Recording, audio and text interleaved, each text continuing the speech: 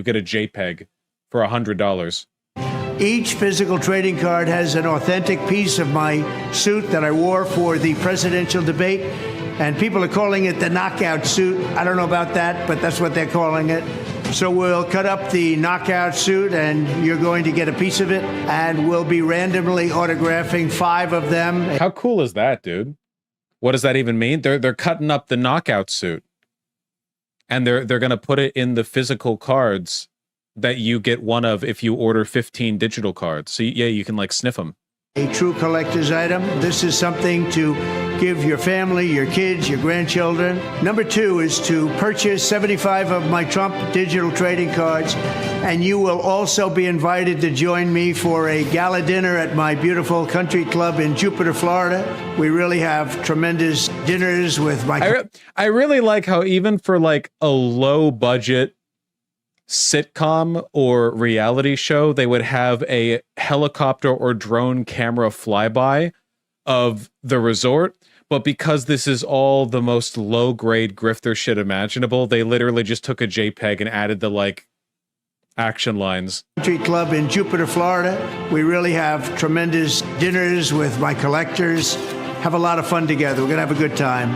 I'm keeping my Trump digital trading cards at the same price of $99 each. We've done that right from the beginning. So it's actually crazy cheap, isn't it? Like 75, so that'd be $7,500 to meet Trump at a resort. What I imagine it's gonna be like is they're gonna wait for all the purchases to settle, and then they're going to have everyone there at once, and Trump's gonna shake everyone's hand and do a photo op, and then they're gonna leave, you know?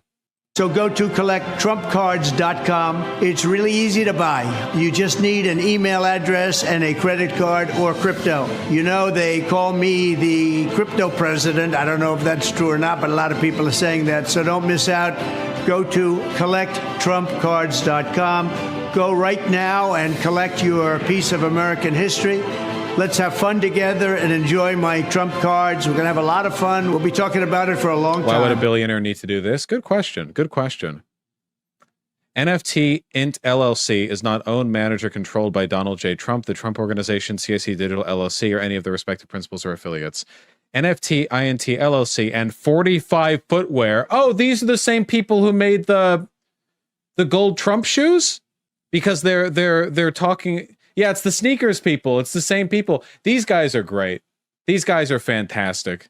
These digital trading cards, physical trading cards, and Trump sneakers are not political and have nothing to do with any political campaign.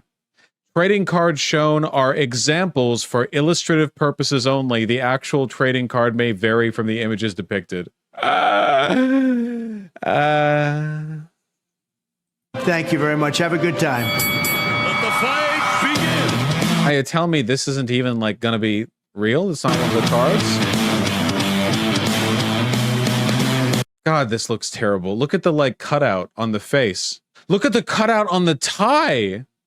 Oh wait, I'm sorry. Is that just meant to be the edge of the glove, and the glove's edge is literally solid white with no shadow on the end? Okay, I think that might be the cutout. Yeah, okay. Looks incredible. Looks fantastic. Giving us the Ozempic stare. He looks like I don't know, it was like Macaulay Culkin? No, he just got like a little round baby face here, man. Looks like Rick Astley. I see a little bit. This looks AI generated. That's because it was. Why are we looking at cringe? It's important politics, man.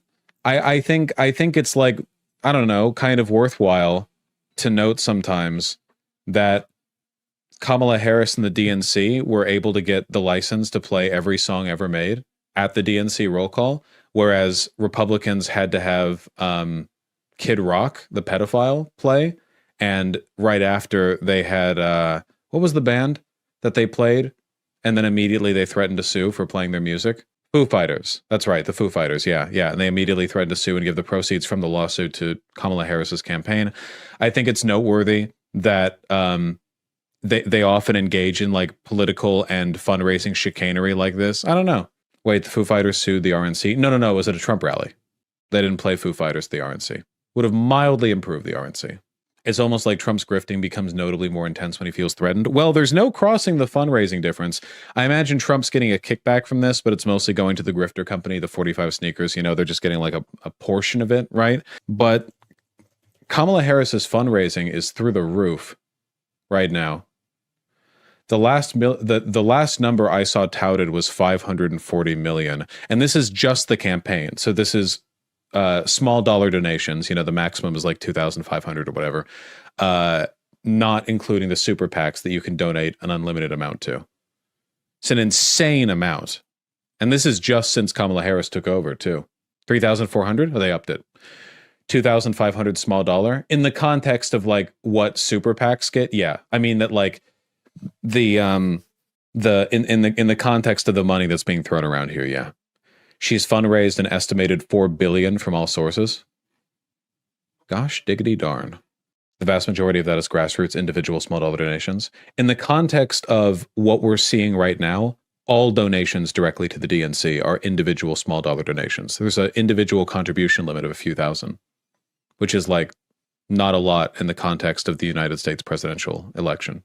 You know, if somebody wants to donate millions, they have to go through a super PAC. Meanwhile, the RNC is still teetering on bankruptcy. Well, some state Republican parties were. I'm sure they've gotten a cash injection since, but they're not doing anywhere near as well. Nowhere near as well. American campaign finance is so confusing. It's not that confusing. There's a limit to how much you can donate to a political campaign, but you can make a dark money group called a super PAC. You can donate whatever you want to, and it's not disclosed. And the super PAC can then use that money to support a political candidate. But they can't donate it to the political candidate, and they cannot directly coordinate with the political candidate's campaign, because that would, in effect, make them just an extension of the fundraising. It's super simple. I mean, it's idiotic. It's insane. It doesn't make any sense. But it's simple. No, the RNC has about 8 million on hand as of the beginning of this year. As of the beginning of this year, yeah, but that's outdated at this point, Quoteth. What's the point of putting a donation limit in if you can just go around it? That's a great question, G469. What is the point if a donation limit, if you can just create a super PAC where you can donate unlimited amounts of money anonymously and have them effectively just act as a donation source for the campaign to begin with? What is the point? Super PAC donations are anonymous. C4 PAC. Sorry, I mixed those up. Yeah, Super PAC. Well, in practice, Super PAC donations often effectively end up being anonymous because you can obfuscate where the money is actually coming from by having organizations donate to it. You know, you can like obfuscate where the money is actually coming from behind like 50 million layers. I mean, eventually, an investigative journalist can untwist that. Sometimes they can untwist that, but oftentimes they can't. You know, did Elon end up giving anything away to Trump, or is still blueballing him? Believe it or not, I'm pretty sure that Elon still hasn't contributed anything. I still do think that the biggest sign of Trump floundering and being nervous about this election is the fact that he's gotten along with Elon. Genuinely. He hated Elon. And Trump is not the kind of person who forgives grudges. So he must have had like a pretty big sit down to not only go back on Twitter, you know, in theory, and sit down with Elon, someone he considers to be beneath him, and pretend to get along with him, but to do so right after Elon backed out of giving him 180 million. Trump appearing on Aiden Ross stream also seemed pretty desperate. Yeah. Yes, and him trying to appeal to Brian Kemp. Yeah. Why does he consider Elon to be beneath him? Because it's Donald Trump. And Elon is a spineless sycophant.